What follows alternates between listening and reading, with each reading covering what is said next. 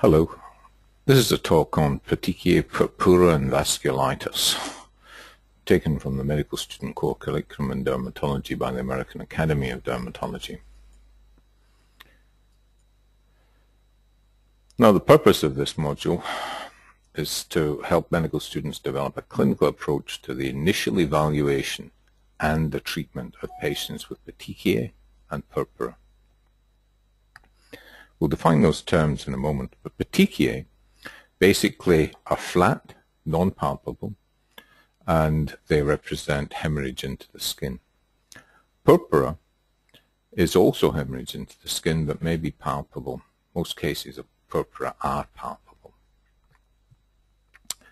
Now, in completing this module, the learner will be able to do these things: identify and describe the morphology of petechiae and purpura, outline an initial diagnostic approach to petechiae or purpura, recognize patterns of petechiae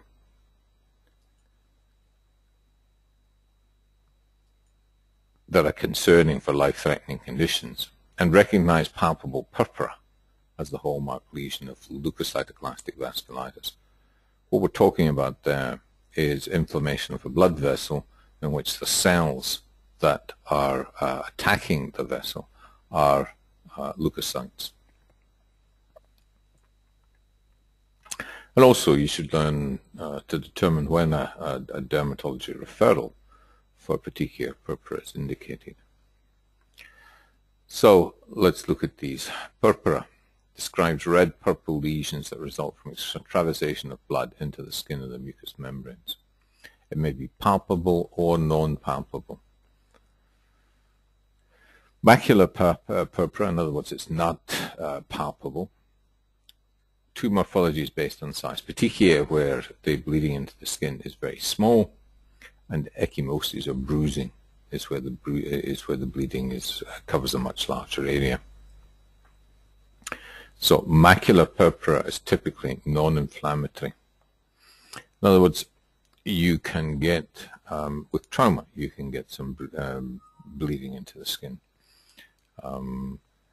But normally, if you get inflammatory processes affecting the skin, you'll normally get some form of palpable purpura.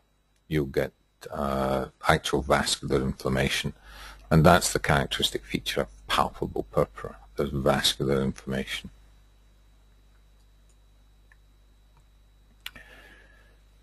Now, the thing about purpura, or even petechiae for that matter, is that they don't blanch. In other words, when you put pressure on them, the color changes the same. Now, this is different to erythema. If you've got an erythematous area and you put pressure on it, it goes pale underneath because you're displacing the blood.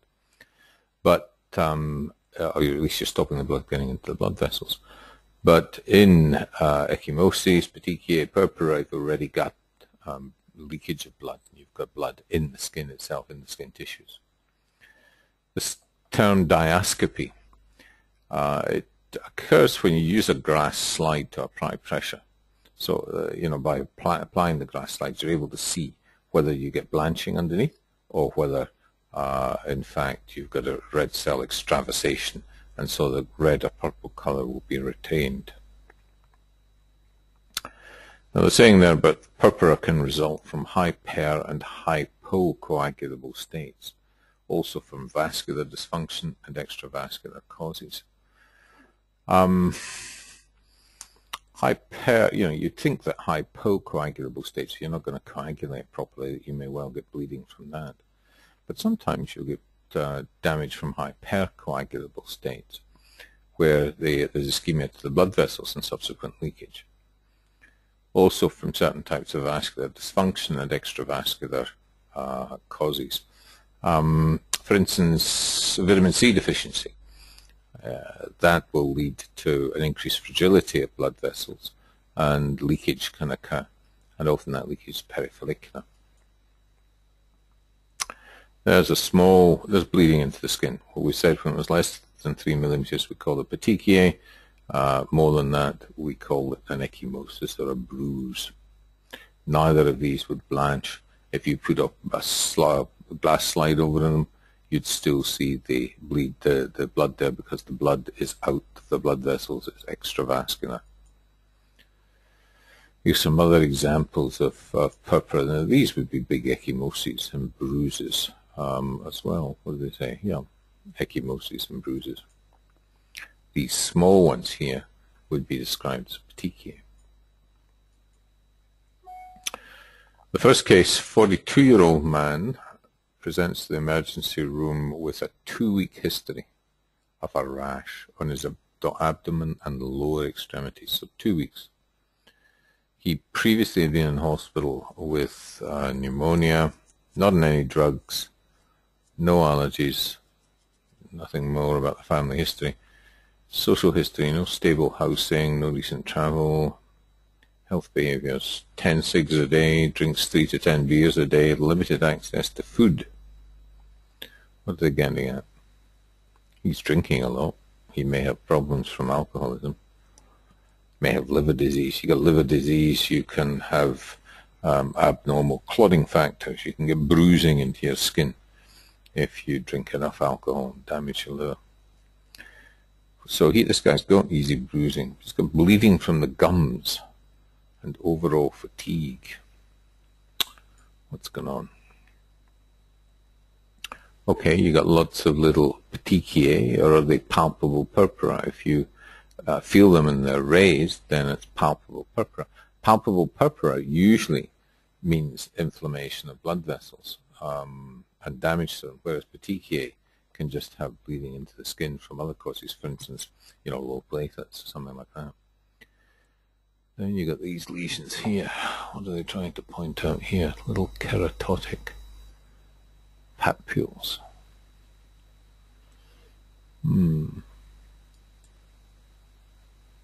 All right, they're saying these are perifollicular petechiae. In other words, these must be follicles, and this is perifollicular petechiae here, in which case they're going to be talking about vitamin C deficiency. All right, these are keratotic plugs of hair follicles with the perifollicular erythema. And this is the hemorrhagic gingivitis bleeding into the gums. Certainly a lot of plaque there, not a healthy mouth. Which of the following is the most likely diagnosis? Well, he's not on any drugs for starters. Nutritional deficiency, certainly. And what we'd be thinking of? We'd be thinking of vitamin C deficiency with that story. Rocky Mountain spotted fever. They get purpura, quite extensive purpura, but that's due to infection.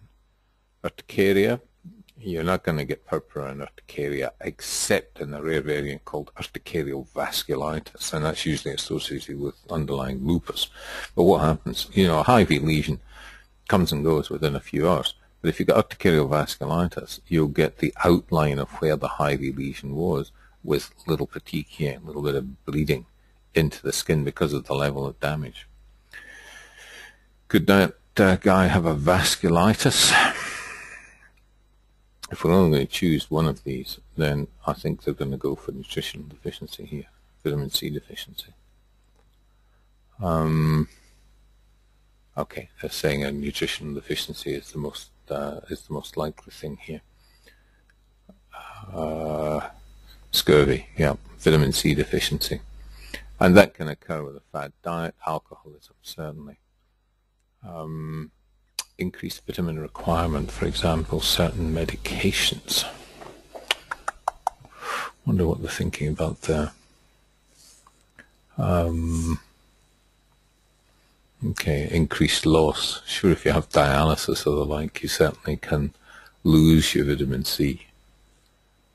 I'd need to look that up again, what medications are going to increase your vitamin requirement. I mean, we know with methotrexate and folic acid that you need to get folic acid supplementation there. We know that if you're alcoholic, you need to get extra vitamin D. But what other medications would reduce vitamins? Okay, I need to think about that. Obviously, just thinking about warfarin and vitamin K, heparin and vitamin K. Vitamin C is required for normal collagen structure. and its absence leads to skin and vessel fragility. Yeah, it's the vessel fragility. That's why they get these little petechial lesions on the legs and the perifollicular hemorrhage as well. So what are they saying you get with vitamin C deficiency? Perifollicular purpura. We showed that. Large ecchymosis in the lower legs. So they get bruising as well. Intramuscular and periosteal hemorrhages, or subperiosteal hemorrhages, bleeding just under the periosteum of the bone. A keratotic plugging of hair follicles, you're normally going to see it in the lower legs and the arms, and the hemorrhagic gingivitis there. You can see that patient had poor oral hygiene with all that plaque. So they're saying, remember to take a dietary history in all patients with purpura. Well, certainly, look, with a lot of elderly people who are living alone now and often not taking care with their diet, if you're going to see this vitamin C deficiency, scurvy, it's likely to be in an elderly person. And much like that, they're someone who's an alcoholic as well. But a lot of people won't buy fruits and vegetables to get an adequate level of vitamin C. And they're going to present with this perifollicular hemorrhage and purpura on the lower legs. So remember that. Case 2, what have we got there? 19-year-old, into hospital, headache, stiff neck, high fever, and rash. Well, look, that little combination there. Headache, stiff neck, high fever, and rash. That's going to suggest meningococcemia, meningitis, meningococcal meningitis. Boom. And the rash just has to be any little bit of purpura or bleeding into the skin. It doesn't have to be a lot at all. You just need to see the slightest little bit there with a high fever, a stiff neck, and headache. And you've got to consider your patient's got meningococcal septicemia or meningococcal meningitis. He's developed fevers, nausea, and vomiting. Splenectomy. All right. That makes you more susceptible to a variety of infections if your spleen goes. Your immune system isn't so good. Nothing else there. Lives in a dormitory. All right, he's a student. Some people are actually carriers of the meningococcal Neisseria meningitidis organism in the back of the throat. And they don't get the meningitis, but they can spread it. Occasional alcohol use in the weekend, 2 to 3 drinks per night, plays basketball with friends for exercise. Oh, that's not nice. Look at that. That's full thickness skin necrosis. You know, there's big vessels being blocked here. There's big vessels that are being damaged. They're saying petechiae and large ecchymotic patches. Maybe more than just bruising. There may actually be full thickness skin necrosis there. And this is purpura fulminans. This is where someone's getting disseminated intravascular coagulation. With infection, a curious phenomenon occurs where they go into a hypercoagulable state, and that hypercoagulable state gives rise to some of these changes in the skin. It can also give rise to infarction of the adrenal glands, which is known as the Waterhouse-Friedrichsen syndrome. You're very crook if that happens. Look at this patient, 102.4, high heart rate, blood pressure low, this guy's toxic, respiratory rate 20, ill-appearing male. I'm never very good with these acronyms, thank you very much. Skin shows petechiae and large ecchymotic patches up and lower extremities, and they're calling this purpura fulminans of disseminated intravascular coagulation. Raised white count. Platelets, still okay. Decreased fibrinogen though. Increased prothrombin. Blood culture. Gram-negative diplococci. Neisseria meningitidis. We'll give you that. And the lumbar puncture is pending. Now, you know, if you get someone who's crooked like that, you get stuck into them straight away. In addition to fluid resuscitation, what's most of the treatment? You want to get some antibiotics in there, quick, smart. Yes, so I'd want IV antibiotics. One of the 4th generation cephalosporins. Would I give IV corticosteroids? No, I think it would just make things worse. Pain relief with oxycodone? Well, Depends if his pain's bad enough for that, but that's a respiratory depressant. You just need to be careful. Forget plasmapheresis. What are they going to say? IV antibiotics, and they're saying maybe started before the lumbar puncture. You want to get it in there quickly. You know, seconds and minutes count when you're making this diagnosis. And they're saying IV corticosteroids not unless suspicion for pneumococcal meningitis is high. Pain relief with oxycodone, not the patient's primary issue, true. And plasmapheresis not unless suspecting diagnosis of thrombotic thrombocytopenic purpura. You wouldn't really get that vast area of skin necrosis with thrombocytopenic purpura, you know, low platelets. Sepsis and DIC, yeah, meningococcemia with disseminated intravascular coagulation.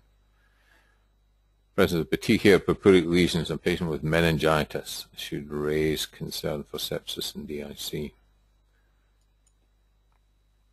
It's gram-negative diplococcus causes meningococcal disease, usually meningitis and meningococcemia. Yeah, this is this disseminated intravascular coagulation. Results from the unregulated intravascular clotting, resulting in depletion of clotting factors. Yeah, you get this clotting occurring all over, and it uses up all your platelets and all of your fibrin and what have you. And so you basically then start bleeding because you've lost all your normal clotting factors.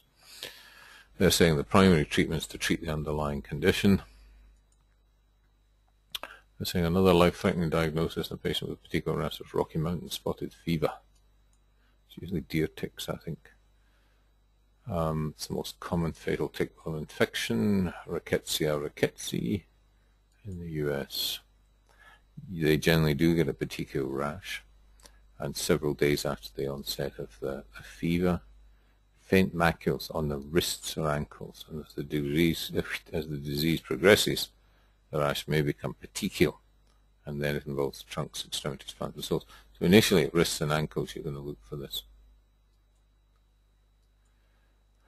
Majority of patients do not have the classic triad of fever, rash, and a history of a tick bite. History and physical exams important.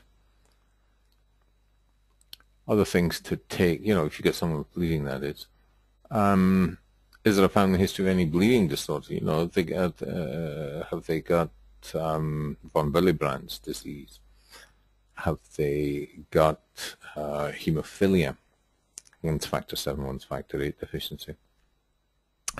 Use of drugs and medications. Now, look, half the elderly population's on either aspirin, warfarin, clopidogrel, which is another antiplatelet agent, and there are some new anti-fibrin agents that are available nowadays that they're looking at taking the place of warfarin. Now, this one will affect clotting factors. This one affects platelets and platelet adhesion, and they both tend to cause oozing. We've talked before about other causes of purpura. Remember I said liver disease and inadequate production of clotting factors. These patients may get bruising and the like as well. So you do a complete blood count, do the prothrombin time. They're used to assess the platelet function, evaluate coagulation states. Petechiae versus ecchymoses. Petechiae, usually abnormal platelet function. You can get it very early with DIC and infection, but that will then progress to large areas of necrosis. There's thrombocytopenic purpura, which can be idiopathic, drug-induced, or thrombotic. There's some inflammatory skin diseases that will have petechiae associated with them as well.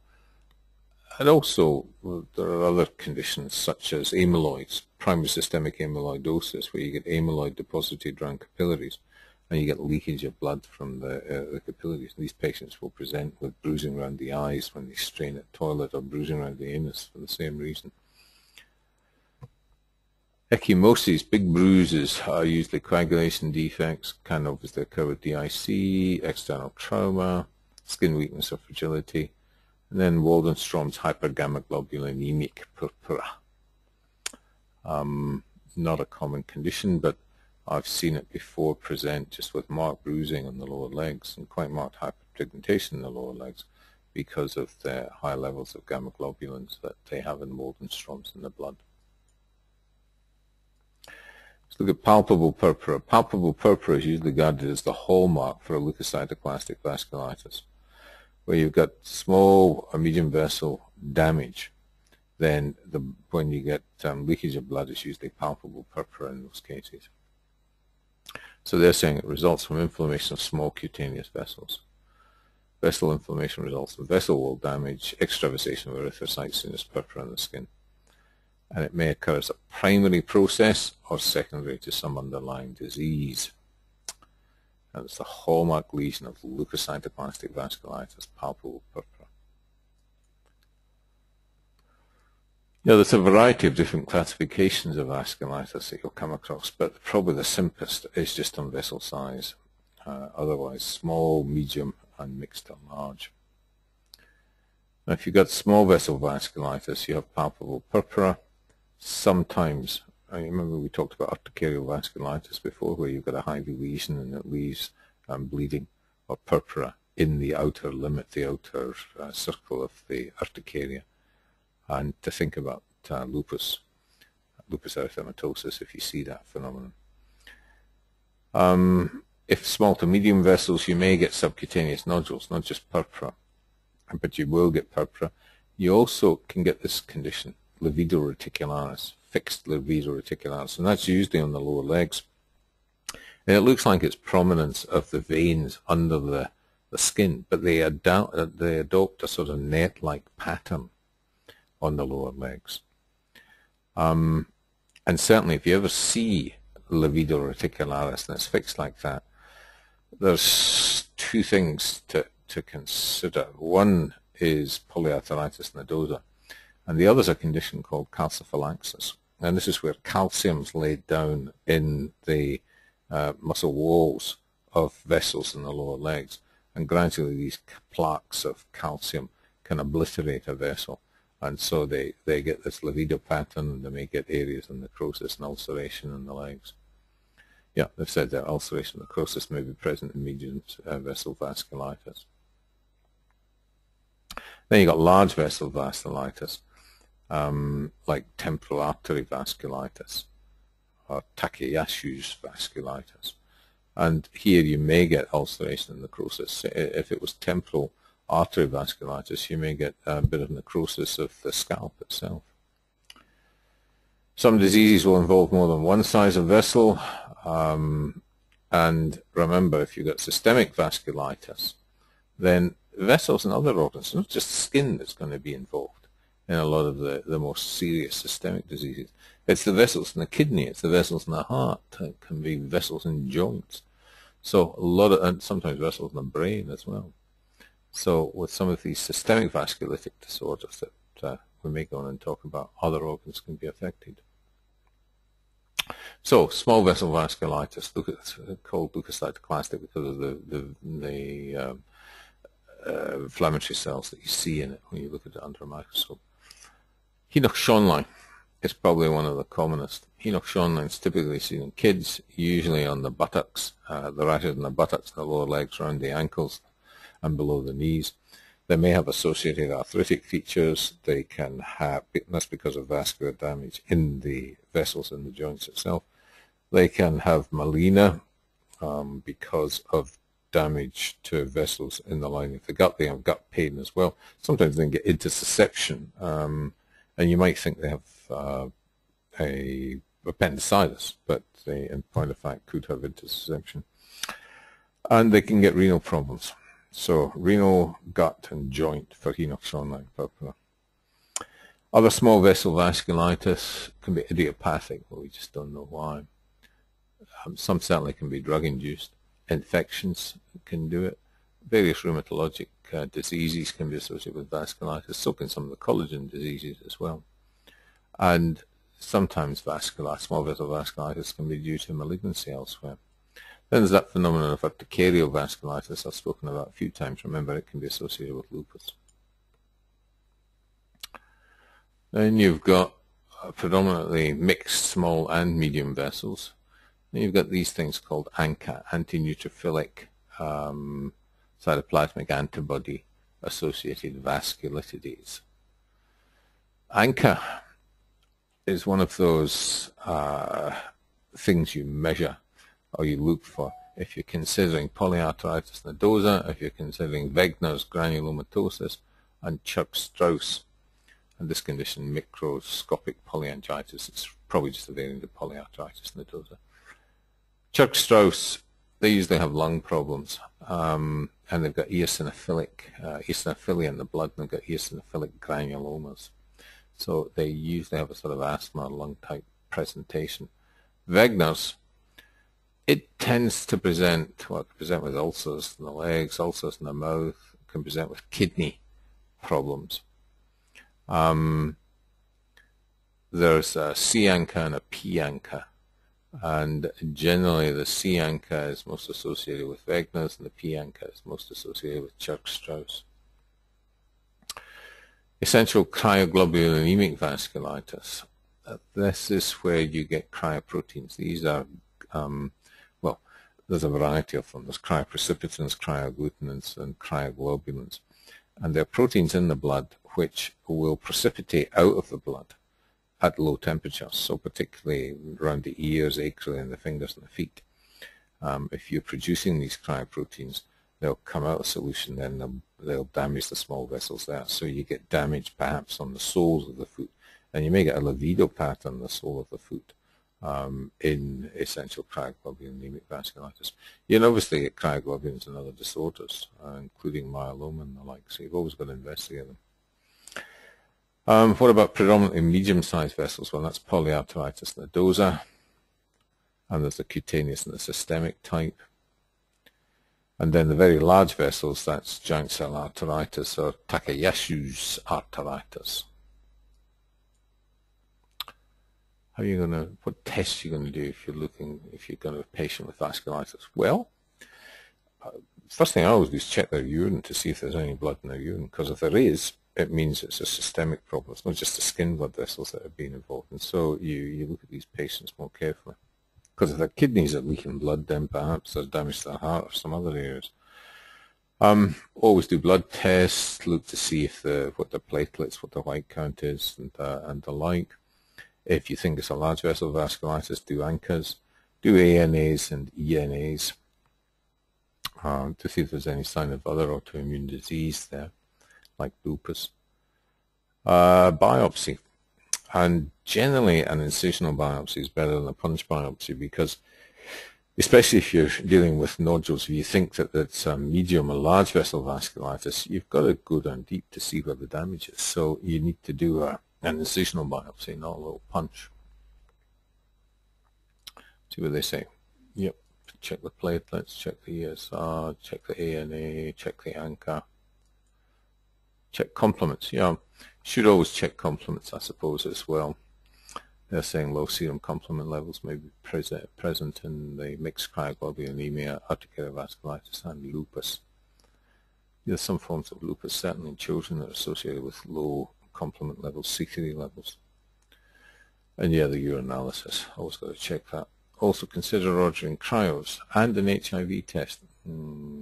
Yeah, look, vasculitis can be a presentation of HIV, so there's nothing wrong with doing that. Hep B and Hep C you want to check for as well. Occult stool samples to see if there's any blood there. ASO titer, that's for strep infections. Let's see, they may try and cover that. What's case 3? 9-year-old girl, 4-day history of abdominal pain, rash in the lower extremities. Brought to ER by her mother. Rash appeared suddenly, accompanied by joint pain at the knees, ankles. So we've got a kid with abdominal pain, joint pain, a rash. We want to know distribution of the rash, lower extremities. All right, assuming that this is a vasculitic rash, that it doesn't blanch, then you're going to be making a diagnosis here of Henoch-Schönlein.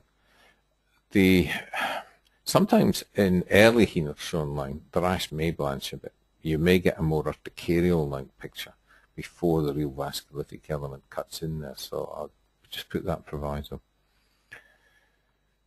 Normal birth history, no major illnesses, no medications, no allergies, no family history of bleeding disorders, you know, the von Willebrand's or the hemophilia.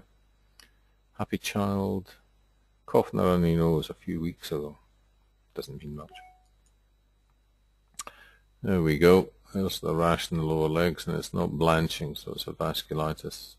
This certainly looks a little bit more serious here.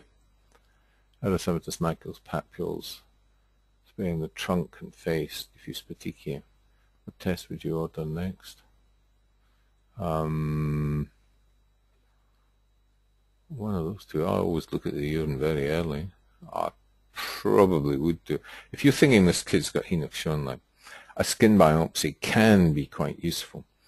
And it's a diagnosis you want to make for certain, simply because of the relatively low risk of renal involvement they can get. And the renal involvement may not be there at the time. It can develop a little bit further down the track. So you've got to follow these kids up if it's Henoch-Schönlein for about a month or so and check their urine again. So I would check urine first of all, but I'd do a skin biopsy as well. And there, if it's Henoch-Schönlein, I'd expect to see IgA deposited around the blood vessels. So they agree that the skin biopsy, routine microscopy, and direct immunofluorescence.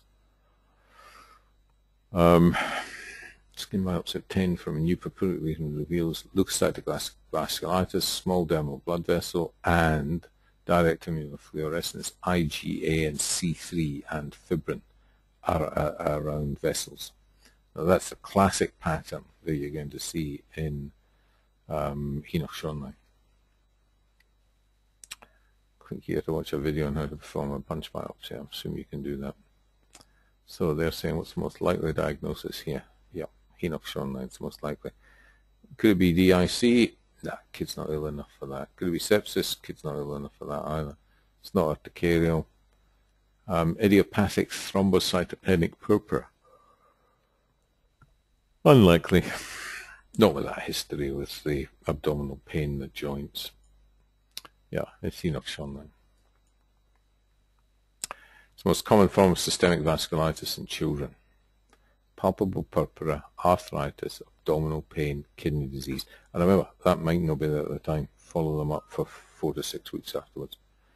Usually a childhood disease between the ages of 3 to 15 can affect adults, or can be seen in adults.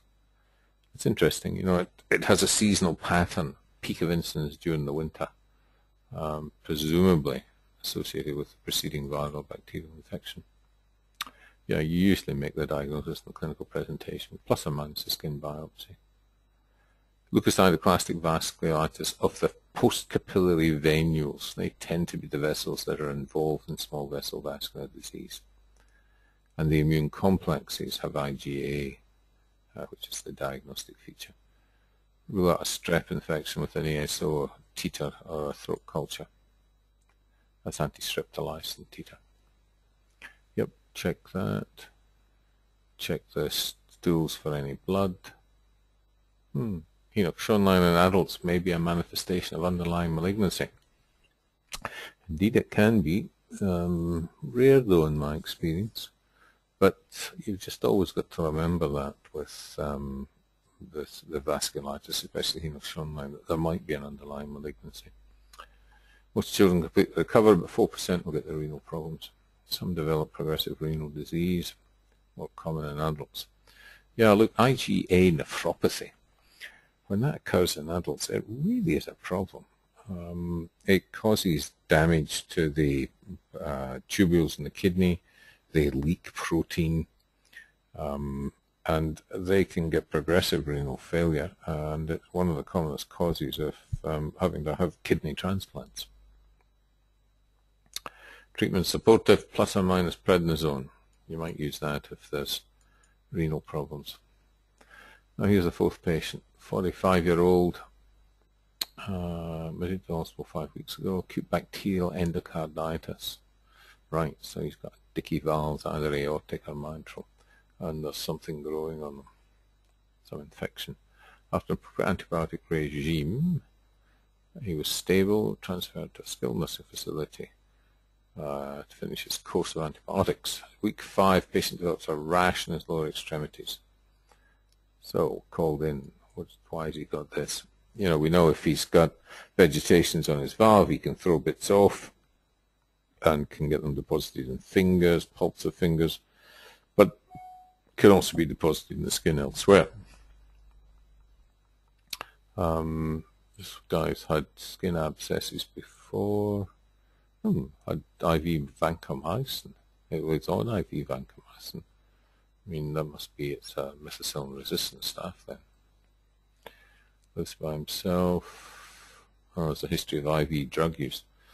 That might be how you got your bacterial endocarditis in the first place. But he's not fevered. All right, what do we see?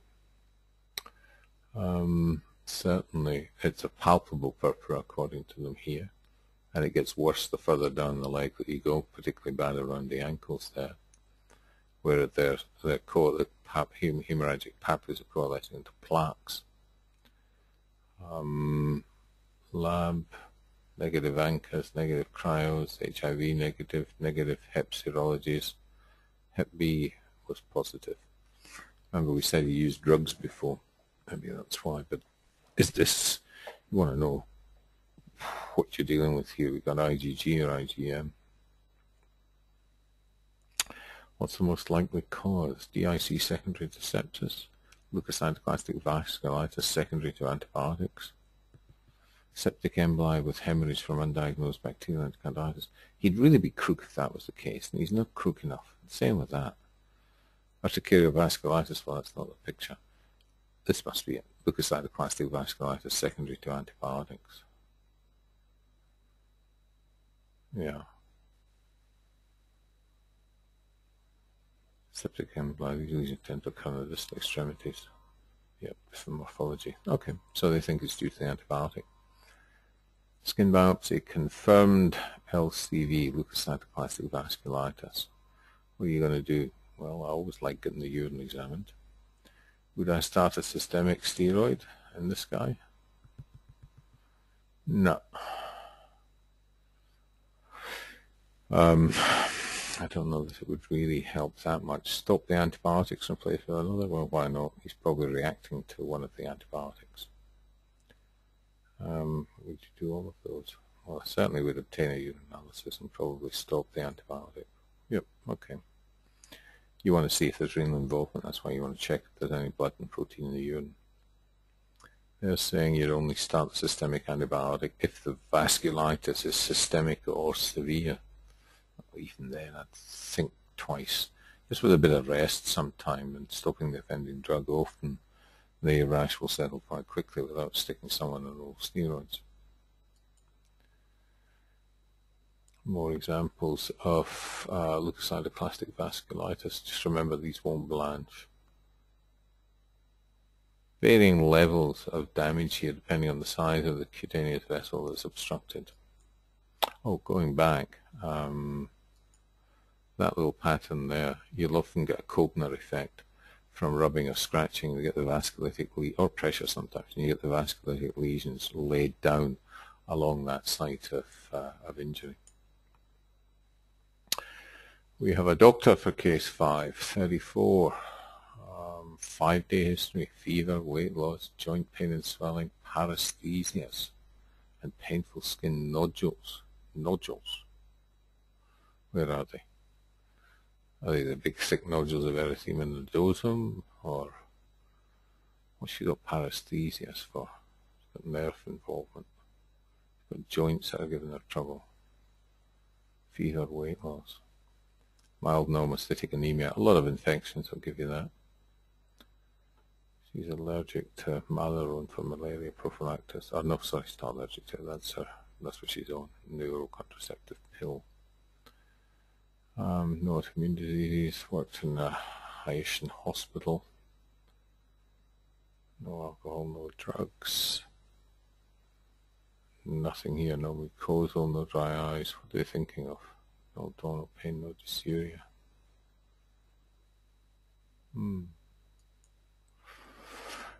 Okay, thin, very thin.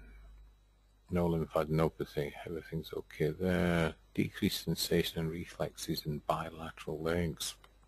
So you've got some form of neuropathy. It's not diabetic. I mean, diabetic or alcoholic neuropathy are probably the two commonest that we see. Warm swelling at the hands, feet, ankles, and knees. So there's some form of arthritis, inflammatory arthritis going on. Skin, lower extremities with multiple tender erythematous subcutaneous nodules. How big are they? Oh, they're not that big. You know, if you get nodules in the lower legs, erythema nodosum is one of the commonest things, but they're usually deep. That's a paniculitis, and they're tender on the surface, red, and a little bit of bruising because of the vasculitic component. This one got swelling of the fingers here as well.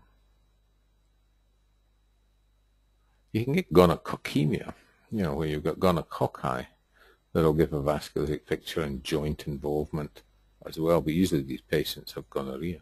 I don't think that would be the case. What have we got?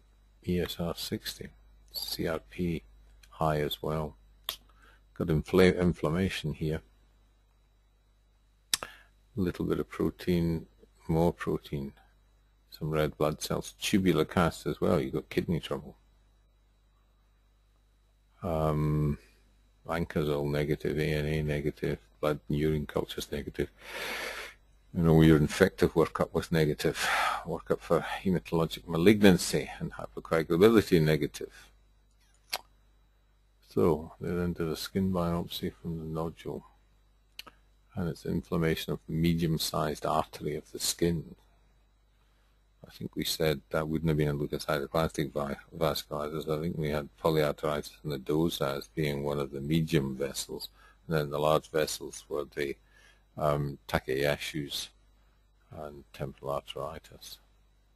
What's the most likely diagnosis here? Well, that should be small vessel. That's a paniculitis. That's a medium-sized vessel. That's a large vessel.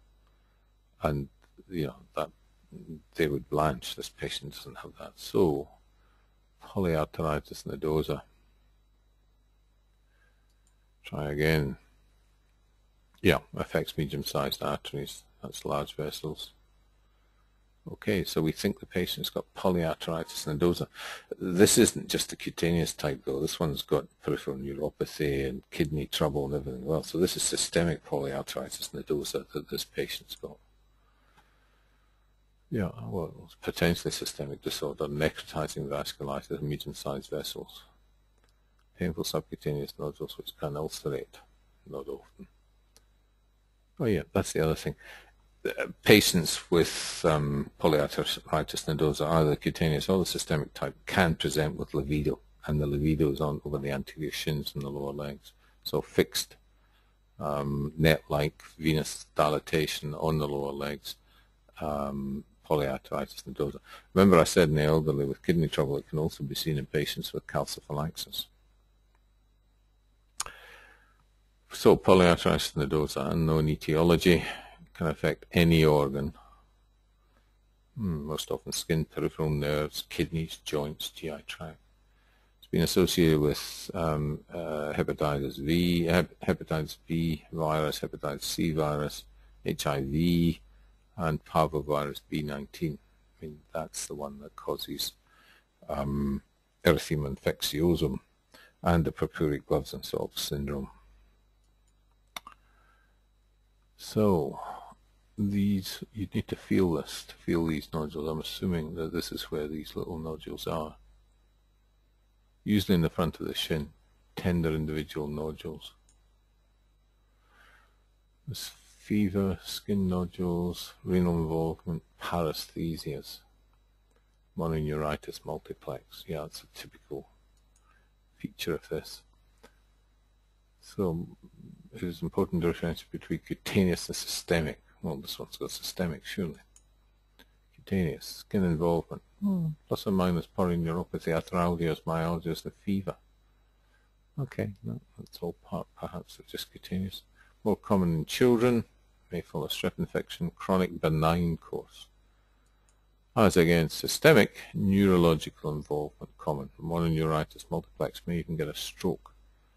Renal involvement significant, they get hypertension, joint, heart, GI, liver.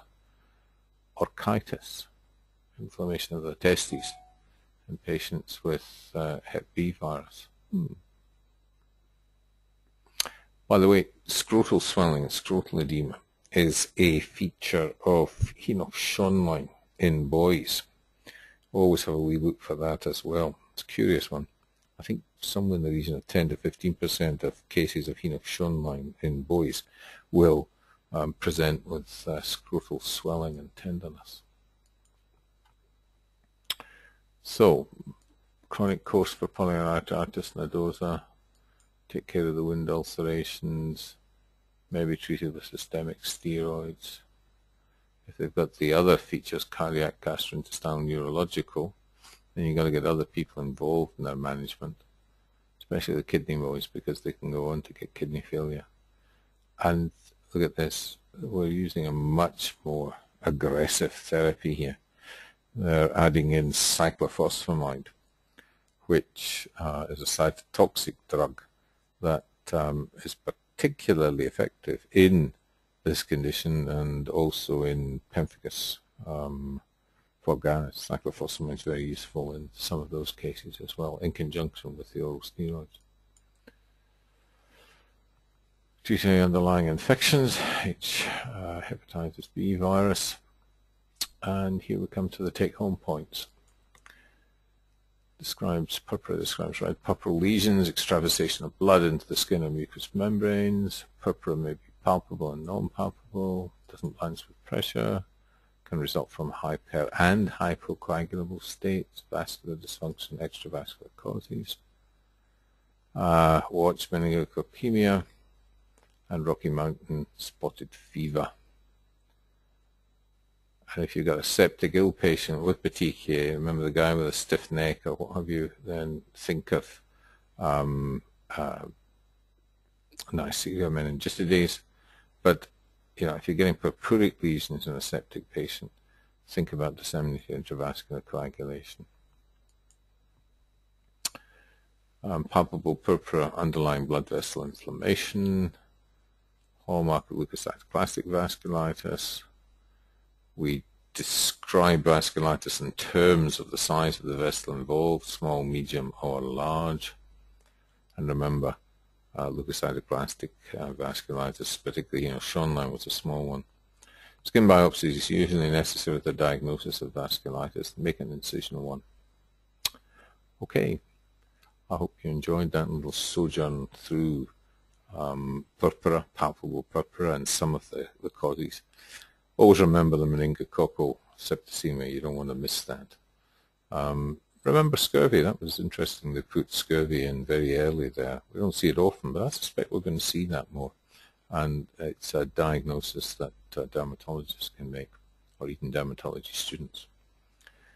And Henoch-Schönlein purpura, you've got to know a bit about that and about the relatively low risk of renal failure there, but the other presentations of patients with that. And I thought that was a good discussion of polyarteritis nodosa as well. We don't see that very often, but it's worthwhile to read up a little bit about that. Thank you very much.